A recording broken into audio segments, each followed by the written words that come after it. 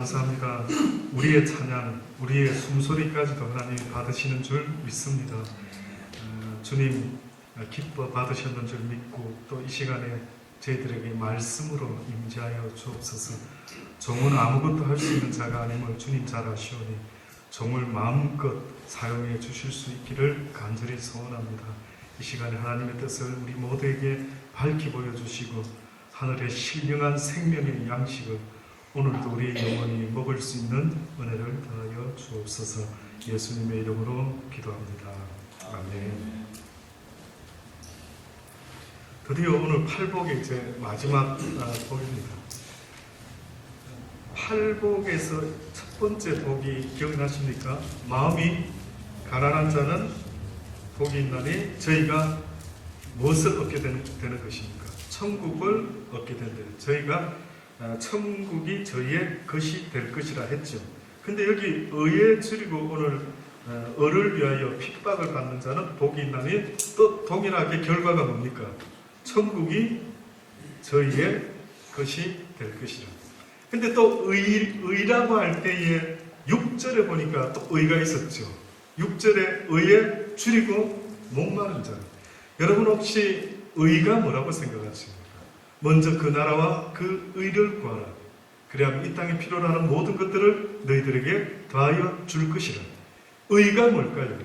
하나님이 우리에게 의라고 자꾸 말하는 것, 옳다라고 말하는 것, 이것이 너희가 이 세상에서 의라고 말하는 유일한 것이 있답니다. 그 의가 뭔지 아십니까? 예수 그리스도입니다.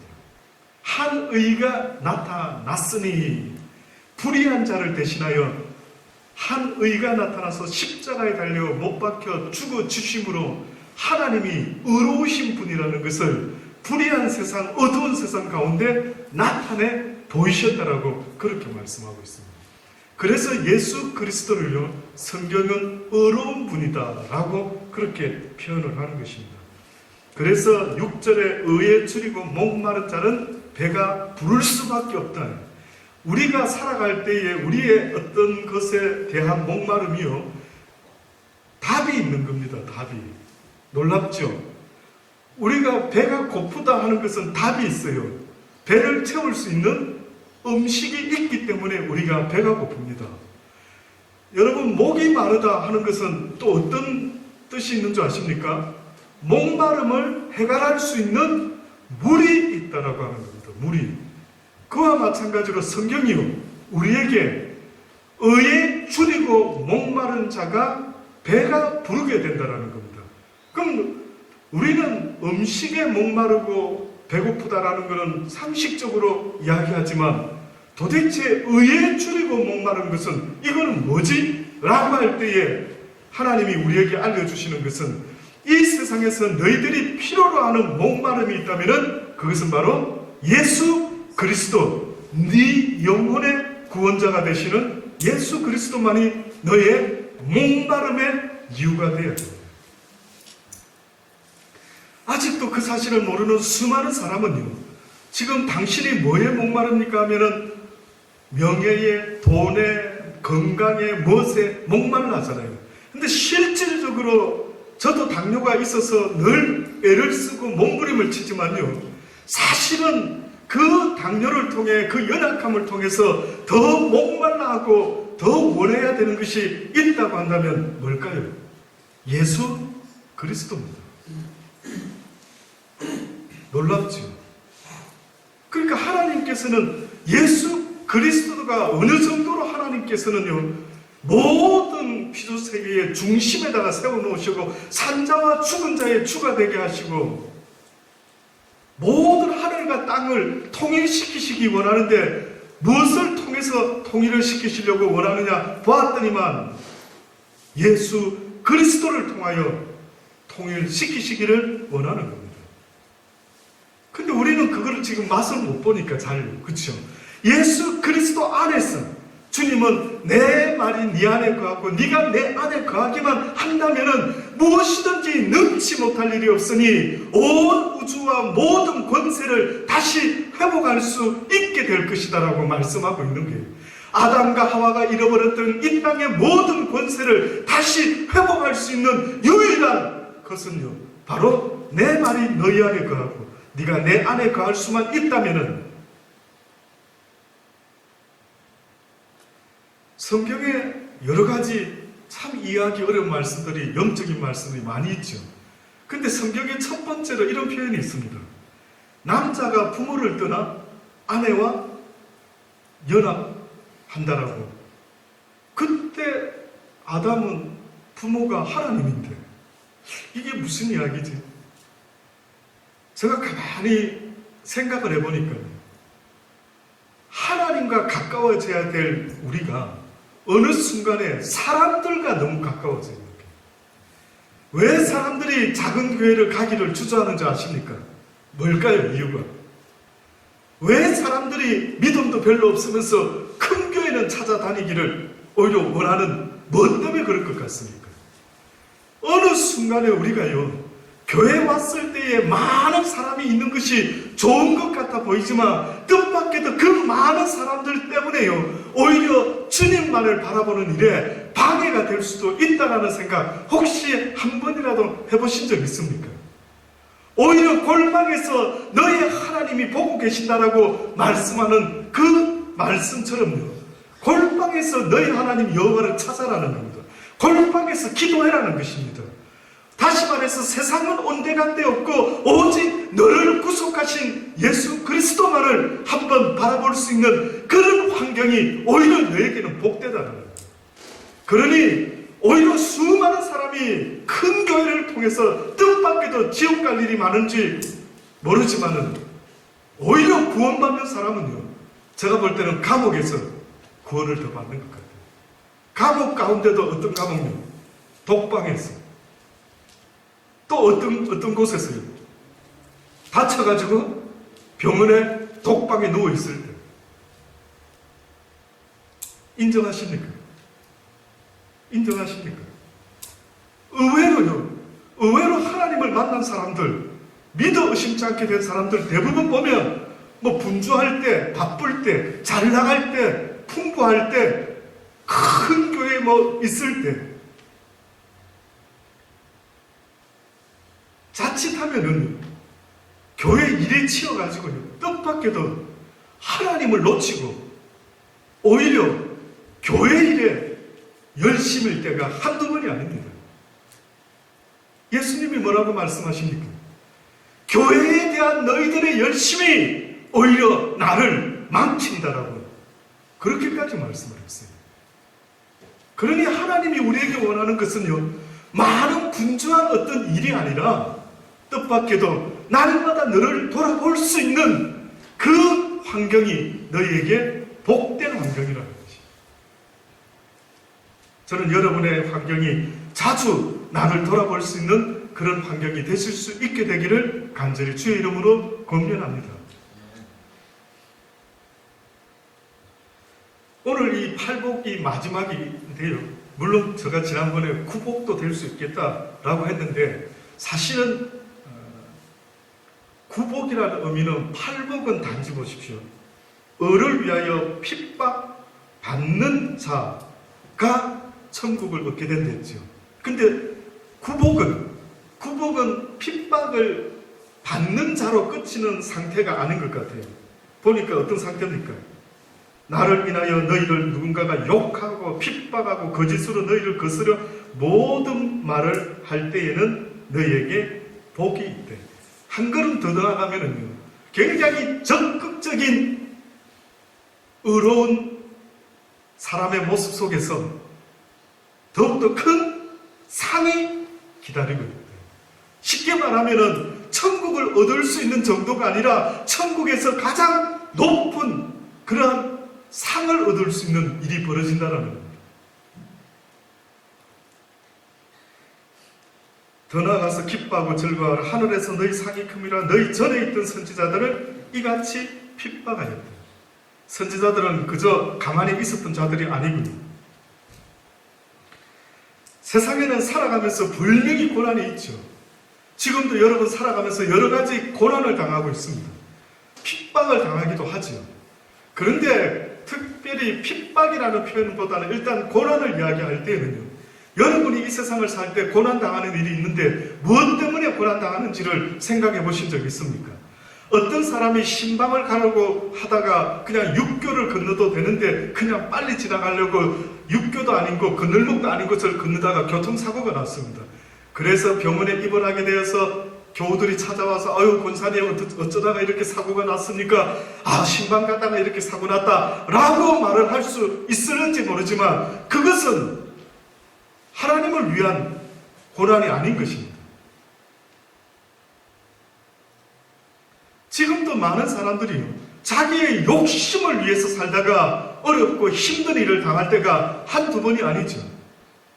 대부분의 사람들이 예수 그리스도를 믿고 사는 것, 을을 위하여 핍박을 받는 것 너무너무 이해를 못하는 거예요.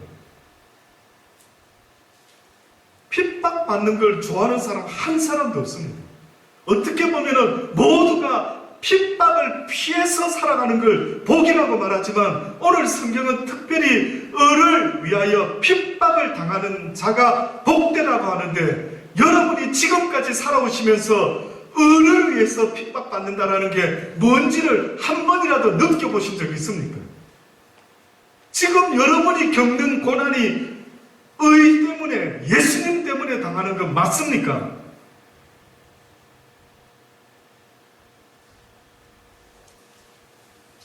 대부분의 사람들이 자신의 잘못 때문에요, 사기를 치고 절도하고 욕심이 잉태되어서 살인을 하고 온갖 고난을 당하고 있죠. 또 뿐만 아니라 그 욕심이 또 때로는 도박으로, 또 어떤 알코올로, 음주로, 흡연으로 온갖 것의 모습으로 나타나게 됩니다. 그래서 건강을 해치면서 또 건강에 연약한 가운데 힘들어하며 뭐 이런 인생을 성경은 을을 위하여 핍박받는 그러한 크리스찬의 삶이라고 말한 적이 없는 것입니다. 을을 위해서 핍박을 받는 삶 뭘까요? 나라적으로 핍박을 받는 경우가 있고요, 또 개인적인 핍박을 당하는 경우가 있는 것 같습니다. 나라적으로 핍박을 받는 경우가 있습니다. 특히 유대인들이 어떤 핍박을 받았느냐면 로마 제국 당시 때 네로 황제를 비롯해가지고 10명의 황제가 근 250년에 걸쳐가지고요, 기독교인들을 특히 핍박을 했습니다. 당시에 초대교회 교인들은요, 예수를 믿는다라고 하는 그 이유 때문에 엄청난 핍박과 죽음을 당했는데 원형 경기장에다가 몰아넣고 굶주린 사자를 풀어놓고 잡아먹게 하는 것을 관람하면서 기뻐하는 그런 일들이 있었을 뿐만 아니라 아주 사람을 산채로 기둥에다가 메어놓고요, 불에 태워 죽이기도 했던 때가 있었습니다. 근데 그 모든 이유가 무엇 때문이냐면은 크리스찬이라고 하는 그 이유 때문에 하나님을 황제보다도 더 존중하고 더 따른다라는 그 이유 때문에요, 그렇게 기독교인들이 핍박을 받았던 때가 있었습니다. 혹시 여러분 지금 예수 믿는다라는 것 때문에 핍박을 받고 있는 것 같습니까? 아, 목사님, 지금 우리는 호주에서 핍박이 사라진 아주 너무나 좋은 곳에서 살고 있습니다. 핍박이 없다라고 하면은요, 죄송한데 그거는 무슨 문제가 있습니다. 핍박이 없다라는 그 말은 어떤 면에서 그가 크리스찬이 아니라고 말해도 돼요. 그 정도입니다. 하나님의 말씀을 제가 한번 읽어드리겠습니다. 사도행전 14장에 주의 제자들은요, 특히 바울이 겪었던 일입니다. 사도행전 14장 19절로부터 보면 유대인들이 안디옥과 이고니온에 와서 무리를 초인하여 돌로 바울을 쳐서 죽은 줄로 알고 성 밖에 끌어내치니 제자들이 둘러섰을 때에 바울이 다시 일어나 성에 들어갔다가 이튿날 바나바와 함께 더베로 가서 복음을 그 성에서 전하여 많은 사람을 제자로 삼고 22절로 보면 제자들의 마음을 굳게 하여 이 믿음에 거하라 권하고 또 우리가 하나님 나라에 들어가려면 많은 환난을 겪어야 할 것이다. 바울이 우리가 하나님의 나라에 들어가려고 하면은 많은 환난을 겪어야 할 것이다 라고 이야기를 했습니다. 마가복음 10장에 보면은요, 우리가 잘 아는 부자 청년의 이야기가 나오죠. 부자 청년이 모든 것을 다 가난한 자들에게 팔아주고 너는 나를 따르라 했더니만 근심함으로 돌아갔죠. 그때 예수님이 제자들에게 뭐라 말씀합니까? 재물이 있는 자는 하나님의 나라에 들어가기가 심히 어렵다. 그래서 제자들이 깜짝 놀라서 아니 예수님 그러면은 누가 도대체 하나님의 나라에 들어갈 수가 있습니까? 라고 묻게 됩니다. 그때에 베드로가 이렇게 여쭙지요. 가로되 주여 보소서 우리가 모든 것을 버리고 주를 쫓았나이다. 그때 예수님이 진실로 너희에게 이르노니 나와 및 복음을 위하여 집이나 형제나 자매나 어미나 아비나 자식이나 전토를 벌인 자는 금세에 있어 집과 형제와 자매와 부친과 자식과 전토를 100배나 받되 핍박을 겸하여 받고. 이해되십니까? 이 말씀이 혹시 이해되십니까? 저는 이거 오랫동안 이해가 안 됐어요. 보세요.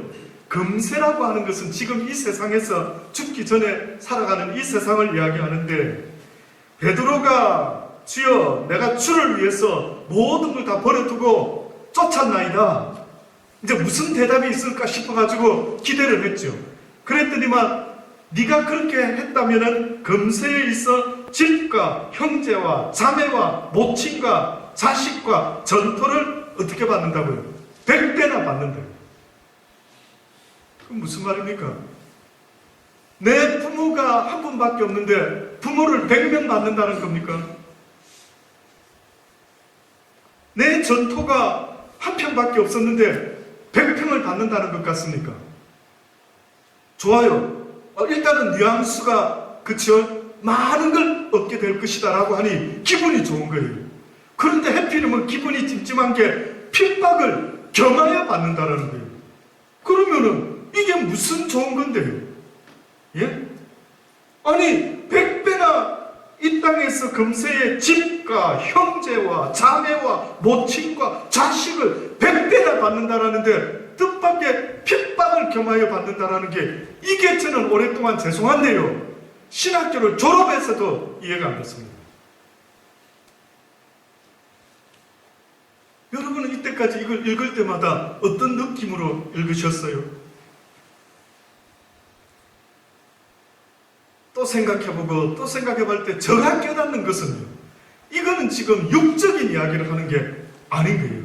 다시 말하면은 실제 육적인 형제 부모는 한 사람밖에, 두 사람, 세 사람 뭐 그런 형제밖에 없겠지만은요, 지금 주님께서 말씀하고 있는 이 의미는 어떤 의미가 있느냐면 어느 날 예수님이 복음을 전하고 계실 때에 어떤 제자가 찾아와서 예수님 바깥에 주님 모친이 기다리고 있습니다 이런 이야기를 하죠. 그랬더니만은 예수님이 뭐라고 말합니까?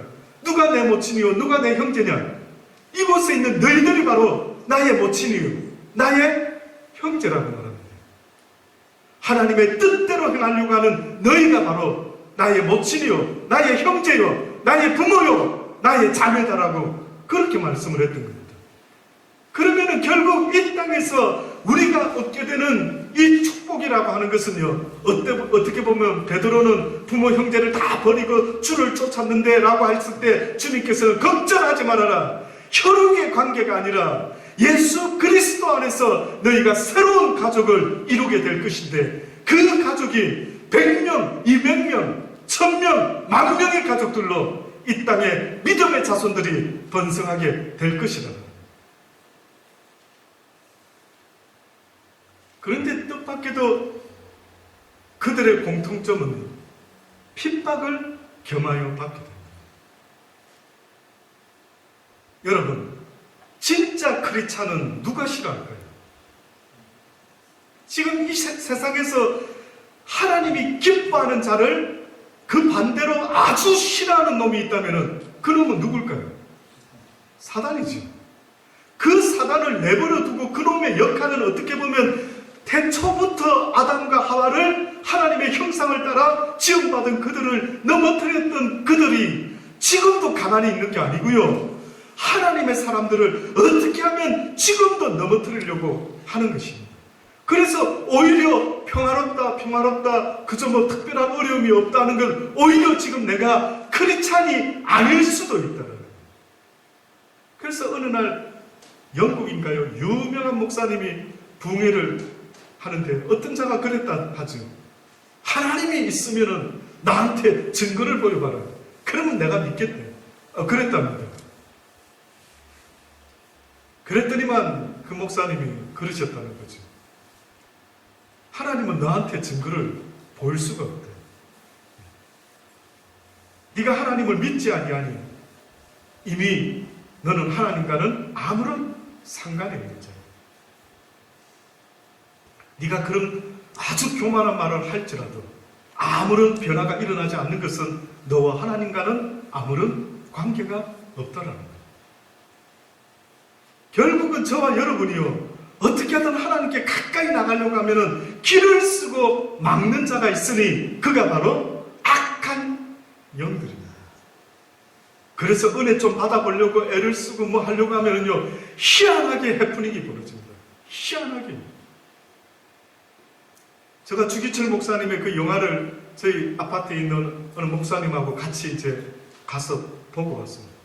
보고 오면서요, 은혜를 많이 받아가 그분도 저 옆에 앉아가지고 막 훌쩍훌쩍 눈물을 흘리고 저도 막 참으려고 하는데 참 크리스찬이 보면 울 수밖에 없지요. 내가 저 시대에 태어났으면 저 목사님과 같이 저런 일이 나에게 있을 수 있겠지. 유대인들도 고난을 당했지만 저는 주기철 목사님의 그 시대에 우리 대한민국에요, 전체적인 핍박이 크리스찬들에게 있었던 것 같아요. 그게 바로 신사참배를 강요당하는 그런 핍박이 있었던 것 같아요. 거의 다가 그 핍박을요 당하지 않으려고 예수를 믿노라 하면서도 핍박은 당하지 않으려고 모두가 신사참배를 하지 않습니까? 그때 어떻게 보면은 덜어 있었겠지만 대표적으로 주기철 목사님이라는 그분이요, 아주 교계를 대표해서 아예 공식적으로 핍박을 당하면서 신사참배를 거절했던 것입니다. 찡한 마음을 가지면서 은혜를 받고요 왔습니다. 오다가 잠깐 그날 금요일날 프레밍턴 마켓에 뭐를 산다고 해서 잠깐 들려가지고 그것도 뭐 한 2, 3분에 잠깐만 하나 산다고 함께 들려드렸죠. 그래서 그 목사님이 곧 잠깐 파킹을 먼저 온전하게 되지 않고요, 금방 올 거니까 엇비슷하게 잠깐 차 안에 있고 저만 잠깐 갔다 왔더랬습니다. 근데 보니까 뭐 주변에 어떤 사람이 뭐 와서 뭐 이야기를 하고 있고 좀 분위기가 이상해요.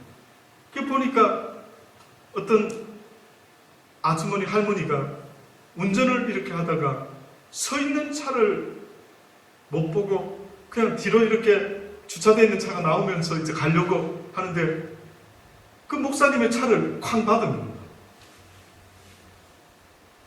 하필이면 그분은 피하지도 않았던 이유는 카톡에 곧 짧은 시간에 카톡에 뭐가 온 거예요. 그래서 카톡을 잠깐 보고 있는데 그 짧은 순간에 들이받은 겁니다. 그래서 나와가지고 뭐 이야기를 하고 있는데 보니까 그래도 감사하게 범프의 옆쪽에 살짝 부딪힌 거예요. 근데 저 마음속에요, 별거는 아니었지만 막 은혜 받아가지고 참 나누면서 대화 나누면서 이제 집에 들어가기 직전에 잠깐 들린 것인데 마음이 또 싹 뺏기는 상황을 만들어낸 겁니다. 이게 여러분 살아오시면서 혹시 이런 거 느껴보신 적 있습니까? 저는 정말 많이 느끼는 것 같아요. 은혜 있는 자리는 못 가게끔 막는 것도 많이 받고요. 오히려 뭐가 잘 만나지고 잘 되는 것 같은 데는 거기는 오히려 사단은 전혀 관심을 갖지 않고 네가 거기 가든지 말든지 내버려 두는데, 어떻게 보면 하나님께 나아가려고 하는 자리, 은혜 받던 그 어떤 순간 사단은 지속되지 못하도록 그것을 막으려고 하는 일들이 얼마나 많은지 모릅니다. 그래서 저는요, 늘 생각할 때마다 은혜 받은 그 은혜가 얼마나 귀한지 여러분 상상을 하셔야 됩니다. 우리 크리스찬들이 살아갈 수 있는 힘과 능력은 하나님의 그 은혜, 그 생명의 말씀인데요, 사단이 날마다 그걸 잃어버리게끔 우리에게 계속 공격을 하는데, 꼭 저는 은혜라는 그것을 대하는 우리의 마음은 은행에 가가지고 돈을 한 1,000만 원 찾았어요. 캐시로. 그래서 그걸 가지고 누구한테 전해줘야 됩니다. 집에 갖다 놔야 됩니다. 그러면 여러분, 은행에서 한 1,000만 원 돈 찾았을 때의 기분이 어떨까요? 안 찾아보셔서 모릅니까? 그럴 수 있겠죠. 캐시로 뭐 5만 원권으로 한 1,000만 원 찾. 저는 살면서 캐시로 내가 1,000만 원을 가지고 어디 움직여 본 적이 있나? 저는 기억은 잘 안 납니다. 거의 없었던 것 같아요. 만약에 제가 캐시로 배낭에다가 1,000만 원을 넣었다 한다면요, 저는 아마 집에 도착하는 순간까지 어떻게 할 것 같습니까? 배낭을 앞으로 메고 끈을 한 번 더 묶어가지고 혹시나 어떤 주변에 오는 놈들 보면은, 그쵸? 야, 이제 생긴 게 저게 수상한데 이래가면서 지키려고 얼마나 애를 쓸까요? 근데 여러분 생각해 보세요. 은혜 받은 것을 사단은 좋아할까요? 싫어할까요? 싫어하지요. 뺏어갑니다. 그래서 예배를 마치고 혹시나 그 귀한 은혜를 받았다면 은혜를 묵상하고 딱 붙잡고 대화를 나누면서도 혹시나 내가 대화 중에 이상한 소리 듣고 내 마음이 또 요동할까봐 지켜나갈 수 있는 마음이 있어야 됩니다. 그래서 무릇 지킬 만한 것보다 더욱 귀한 것이 있으니 너의 마음을 지키라. 생명의 근원이 그에서 납니다. 그 뜻은 너희가 하나님의 말씀을 가진 상태란다면 그 마음을 지켜라는 것입니다. 이것이 바로 하나님이 우리에게 요구하시고 계시는 것인데, 결국은 을을 위하여 핍박받는 것, 크리스찬으로 살아가는 삶이요, 악한 사단에게까지 핍박을 받는 그런 삶이 될 수밖에 없다라는 것을 하나님은 우리에게 말씀하고 있는 것입니다. 끝으로 마태복음 13장 20절에 보면은 여러분이 잘 아는 돌짝밭 이야기가 나옵니다. 씨 뿌리는 비유인데, 첫 번째 씨는 어디다 떨어졌다고요? 길가에. 두 번째 씨는 어디요? 돌짝밭에. 세 번째 씨앗은요? 가시덤불에. 네 번째는 옥토에 떨어졌다 했죠. 근데 돌밭에 떨어진 씨앗에 대한 설명을 하고 있는데, 보니까 돌밭에 뿌리웠다는 것은 말씀을 듣고 즉시 기쁨으로 받되 그 속에 뿌리가 없어 잠시 견디다가 말씀을 인하여 환난이나 핍박이 일어나는 때에는 곧 넘어지는 자다, 이렇게 말했습니다. 말씀을 인하여 환난이나 핍박이 일어나는 때에, 그러면 환난과 핍박은 누구에게 일어난다는 말입니까? 말씀을 받은 자에게 일어납니다. 말씀을 받았다라는 것은 하나님의 말씀을 가지고 이제 나는 이렇게 살아야 되겠구나 하는 그에게 핍박과 환난이 일어납니다. 그러면 말씀대로 전혀 변화도 없고, 자, 교회만 왔다 갔다 만약에 하고 살아간다면 그 사람의 삶에 환난과 핍박이 있을까요? 없을까요? 없습니다. 그래서 하나님이 너희가 핍박을 경하여 받을 수밖에 만약에 없다라는 그 의미는요, 너희가 나 예수 그리스도의 말씀에 순종하며 전하며 사는 삶은 핍박이 있을 수밖에 없다. 나 예수도 어떻게 했다고요? 핍박을 당했다. 그러니 너희는 나의 종이니 주인도 핍박에 받았으니 너희도 핍박을 받지 않겠느냐. 핍박을 받을 수밖에 없다라는 거예요.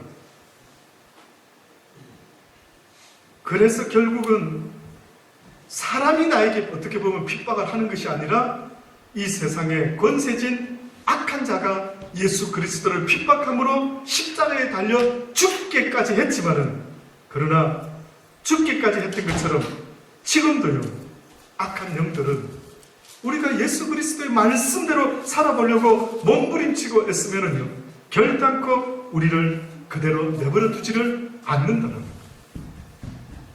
사랑하는 여러분, 저는 여러분이 기꺼이 을을 위하여 핍박받을 수 있는 복된 크리스찬들이 다 되시기를 주의 이름으로 축원합니다. 이슬람 홈페이지에도 하나 올려놨습니다. 며칠 전에 이슬람에 대한 걸 잠깐 봤는데 얼마나 그들의 꿈난이나 코란에 쓰여 있는 이야기들을 어떤 교수님이 아주 분석을 해가지고요, 전에 놓은 그 유튜브에 동영상이 있더라고요. 보니까요, 저는 아무리 상식적으로 생각해도 이것은 하나님과 대적하는 자의 어떤 역사지 이해가 안 되는 겁니다. 특히 크리스찬들을 대한 것은 완전 에너미로 알고 있는 거예요. 그리고 코란을 따르지 않으면, 한 손에 코란 믿지 않으면, 알라를 믿지 않으면 어떻게 하는 줄 아십니까? 다 적이다, 죽여요.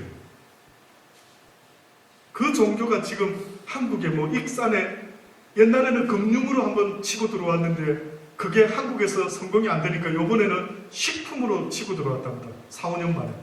그래서 박근혜 대통령이 익산에다가 어마어마한 한랄 단지를 조성했어요. 근데 그 한랄은요, 이슬람 교도들만이 일할 수 있습니다.